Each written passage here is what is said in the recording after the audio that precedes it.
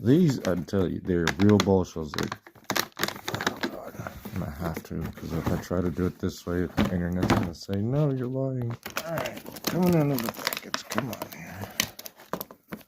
Alright, here we go. Brand Typhoon shell, focus. Red to blue, red and blue, sorry. Two chrysanthemum. Anyway, these are legit ball shells. Like, yeah, you see my fingers turning white. That's from pressure.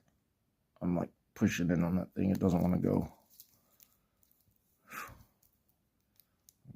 Squeeze both fingers here. Like that's not a gimmick.